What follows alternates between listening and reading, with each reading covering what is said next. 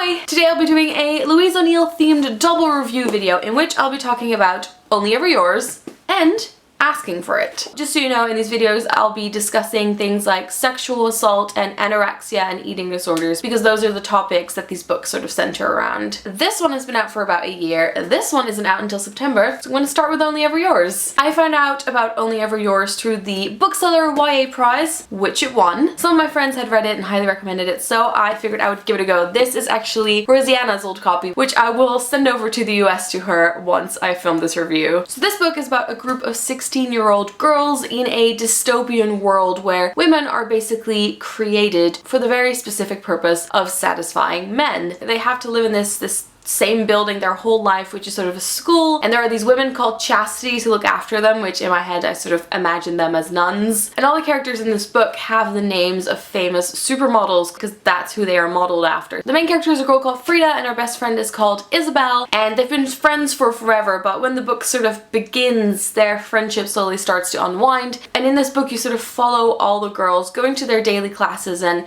going through their daily lives, just waiting for the moment that they will be selected as companions. Although they can also become a concubine or a chastity, but the ultimate goal is to be a companion. They have to be on this sort of very specific target weight, so the only thing to worry about is how thin they are and how pretty they look. They are ranked on a sort of daily or weekly basis. They have to sort of take a picture every morning and send it in, and then people will rank it depending on how pretty they look, and that rank is everything to them. And they're also encouraged to constantly criticize each other and call out the things that they don't like about the other person's appearance. Reading this is really confronting from the first page. In between there are these pages with these giant quotes from The Rules for Proper Female Behavior by the original father. In the beginning, the man created the new women, the Eves. You think it's really horrid when you start off, and then as you keep reading it, it just gets worse and worse and worse. And then the boys arrive to pick their companions and it just completely flips out of control. Only Ever Yours really reminded me of Pretties by Scott Westerfeld. Don't know if you guys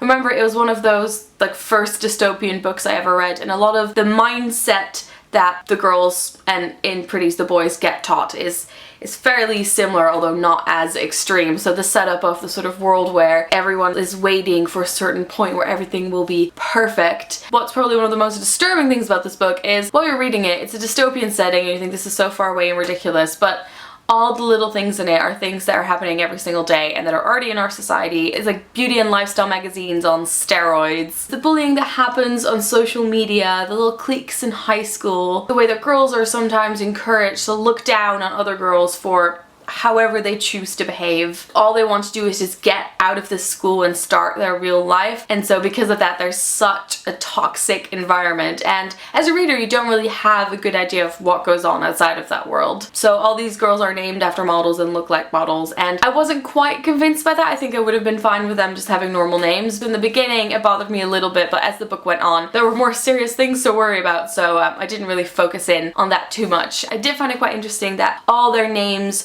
start with lowercase letters, if to just indicate that they're all sort of the same and that they don't have a lot of value. There's this really interesting thing that happens when the boys get brought in, and that is that they get to play 70 minutes in heaven. So the boys get to select a girl, and like one boy gets to spend 70 minutes in a cupboard with a girl. And the whole thing is that if you're a companion you don't want to have sex with them beforehand because that's not what companions do, but it is what concubines do. And so again there's this whole thing that happens everywhere all around you where it's the girl trying to figure out how her decision on what she wants to do sexually will influence her reputation and her future. I thought the ending was perfect. I don't want to give anything away about it, but you know, it's my kind of ending. I could definitely recommend this book to everyone, but have a think about sort of the topic before you start reading it, and make sure that you're comfortable with reading about it because this book is pretty intense. Okay, so next I have Asking for It. It's out in September and it's set in a small Irish town. The main character is called Emma O'Donovan. One night she goes to a party, she gets drunk, she takes some drugs, and then the next morning she wakes up on her front porch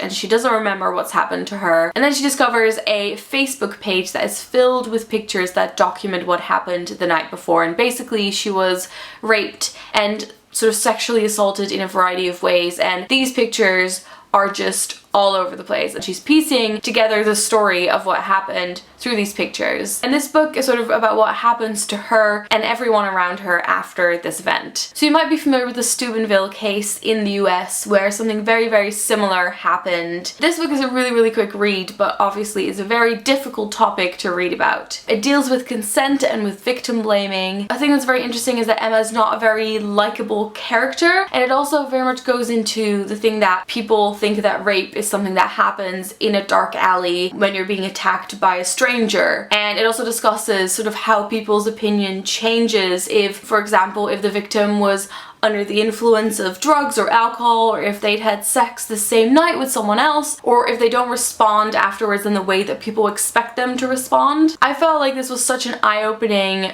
but really painful read, and I think this just should be mandatory reading in high schools. It's a really important book, and I think it will make people think twice about what they say and how they think about this topic, and also how the justice system works in a situation where the laws haven't been properly updated to deal with things such as social media as evidence. When you read Asking for It, the only thing that kept going through my mind is this happens a lot on various scales, and the way that people respond to it is shocking. And that's why I think it's such an important book, and I can highly recommend that you go and pick it up once it comes out on September 3rd. So those were my two reviews of two very different but also very similar books by Louise O'Neills. I hope you enjoyed these reviews. Let me know in the comments if you've read Only Ever Yours and what you think about it, and if you're interested in reading Asking for It when it comes out. I'll put some information about the books in the description, and I will talk to you guys later. Doei!